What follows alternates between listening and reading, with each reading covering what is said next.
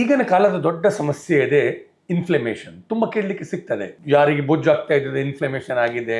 ನಿಜವಾಗಿ ಬಾಡಿಯಲ್ಲಿ ಸ್ವೆಲ್ಲಿಂಗ್, ಬಾಪು, ಜೊತೆಗೆ ನೋವು, ಅದಾದ್ಮೇಲೆ ಸ್ವಲ್ಪ ಬರ್ನಿಂಗ್ ಸೆನ್ಸೇಷನ್, ಉರಿ, ದಾಹ, ಈ ಮೂರದ್ದು ಎಲ್ಲಿಯೂ ಕೊಂಬೋ ಇದೆ.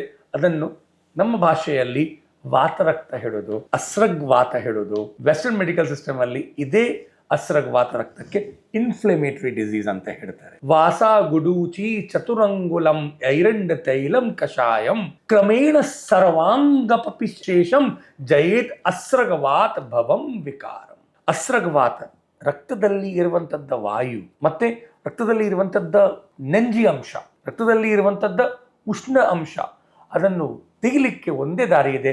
ಪಂಚಕರ್ಮದಿಂದ ಫಸ್ಟ್ ವಿರೇಚನ ಮಾಡಿ, ಆಮೇಲೆ ವಾಸ ಅಡುಸುಗೆ, ಆಮೇಲೆ ಅಮೃತಬಳ್ಳಿ, ಗುಡೂಚಿ, ಚಿತ್ರರಂಗಲ್ ಅಂತ ಹೇಳಿದ್ರೆ ಆರಗ್ವದ, ಅಮಲ್ತಾಸ್ ಅಂತ ಹೇಳೋದು, ಕೆಸ್ಟಿಯಾ ಫಿಸ್ಟುಲಾ. ಇದು ಎಲ್ಲ ಮೂರದು ಚೂರ್ಣ ಮಾಡಿ ಇಡಬೇಕು. ಇದನ್ನು ಒಂದು ಸ್ಪೂನ್ ಆಗ್ತದೆ ಅಷ್ಟು, ಒಂದು ಚಮಚ ಪ್ರಮಾಣ, 2 ಗ್ರಾಮ್, ಒಂದು 200 ml ನೀರಿಗೆ ಹಾಕಿ 100 ml ಅಷ್ಟು ಕುದಿಸ್ಬೇಕು, ಅರ್ಧ ಪ್ರಮಾಣ ಅಂದಾಜು. ಆಮೇಲೆ ತಣ್ಣಾದ ಮೇಲೆ ಅದರಲ್ಲಿ ಅರ್ಧ ಚಮಚ ಐರಣ್ಣ ತೈಲ ಹಾಕಿ ಬೆಡಿಗೆ 1 ವಾರ ಸೇವನೆ ಮಾಡಿದರೆ ನಿಶ್ಚಿತವಾಗಿ ರಕ್ತದಲ್ಲಿ ಇರುವಂಥದ್ದು ಎಲ್ಲ ಉಷ್ಣಾಂಶ ಮತ್ತು ವಾತಾಂಶ ಕಮ್ಮಿ ಆಗ್ತದೆ. ದೇಹದಲ್ಲಿ ಇರುವಂಥದ್ದು ಇನ್ಫ್ಲಮೇಷನ್, ನೋವು, ದಾಹ, ಎಲ್ಲಿಯೂ ಸ್ವೆಲ್ಲಿಂಗ್ ಇದೆ, ಅದರಿಂದ ಒಬ್ಬ ಮನುಷ್ಯನಿಗೆ ಮುಕ್ತಿ ನೀವು ಕೊಡಬಹುದು.